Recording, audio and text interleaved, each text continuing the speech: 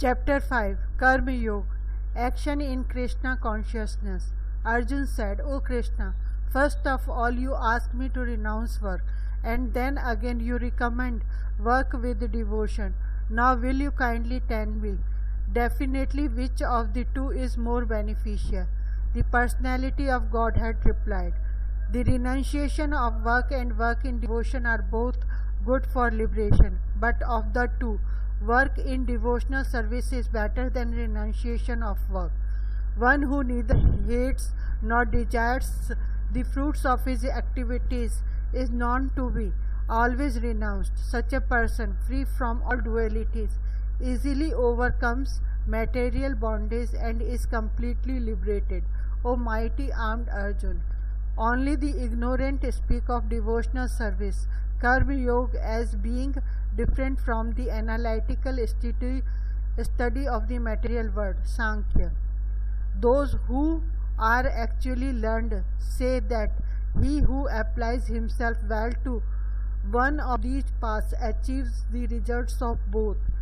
One who knows that the position reached by means of analytical study can also be attained by devotional service, and who therefore sees analytical study and devotional service to be on the same level, sees things as they are, merely renouncing all activities yet not engaging in the devotional service of the Lord, cannot make one happy.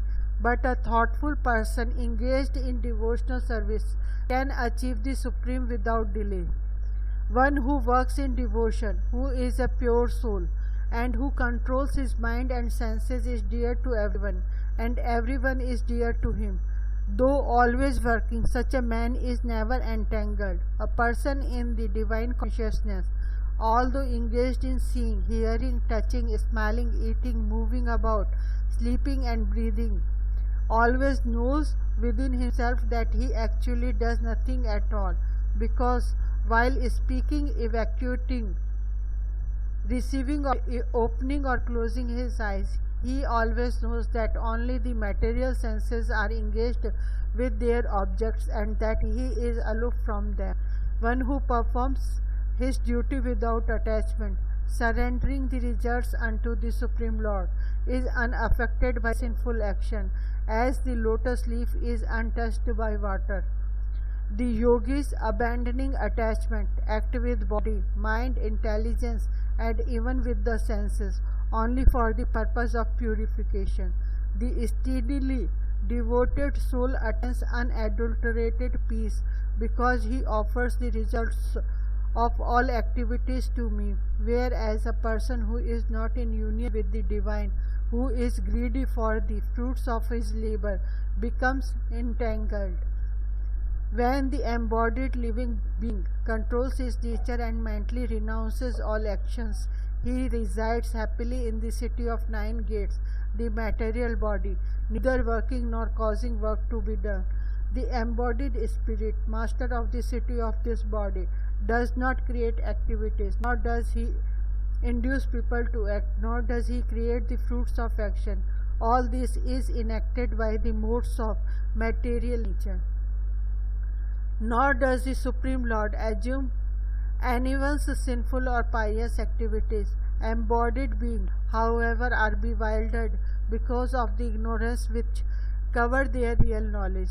When, however, one is enlightened with the knowledge by which nescience is destroyed, then his knowledge reveals everything, as the sun lights up everything in the daytime.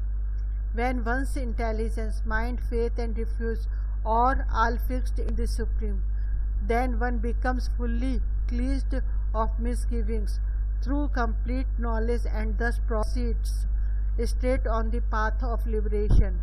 The humble sages, by virtue of true knowledge, sees with equal vision a learned and gentle Brahman, a cow, an elephant, a dog and dog-eater outcast. Those whose minds are established in sameness and equanimity have already conquered the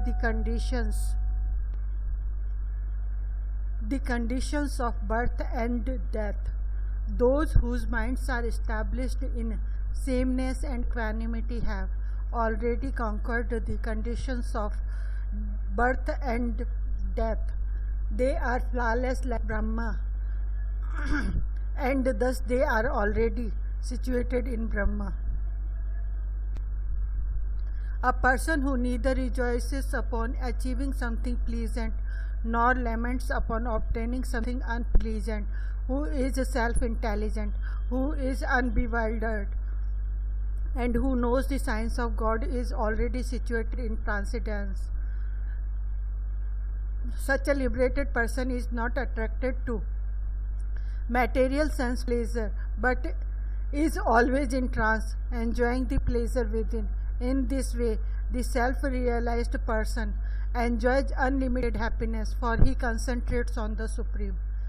An intelligent person does not take part in the sources of misery, which are due to contact with the material senses. O son of Kunti, such pleasures have a beginning and an end, and so the wise man does not delight in them. Before giving up this present body, if one is able to tolerate the urges of the material senses and check the force of desire and anger, he is well situated and is happy in this world. One whose happiness is within, who is active and rejoices within, and whose aim is inward, is actually the perfect mystic. He is liberated in the Supreme, and ultimately he attains the Supreme. Those who are beyond the dualities that arise from doubts, whose minds are engaged within, who are always busy working for the welfare of all living beings, and who are free from all sins, achieve liberation in the Supreme. Those who are free from anger and all material desires, who are self-realized, self-disciplined, and constantly endeavoring for perfection, are assured of liberation in the Supreme in the very near future. Shutting out all external sense objects, keeping the eye and vision concentrated between the two eyebrows, suspending the inward and outward breeze within the nostril, and thus controlling the mind, senses, and intelligence, the transcendentalist, aiming at liberations, become free from desire, fear, and anger. One who is always in this state is certainly liberated.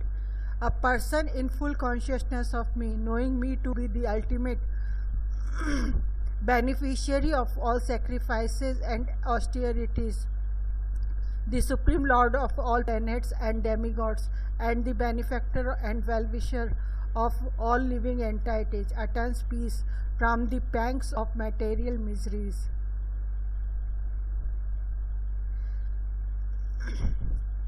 Hari Rama, Rama Rama, Hari Hari, Hari Krishna, Krishna Krishna, Hari Hari.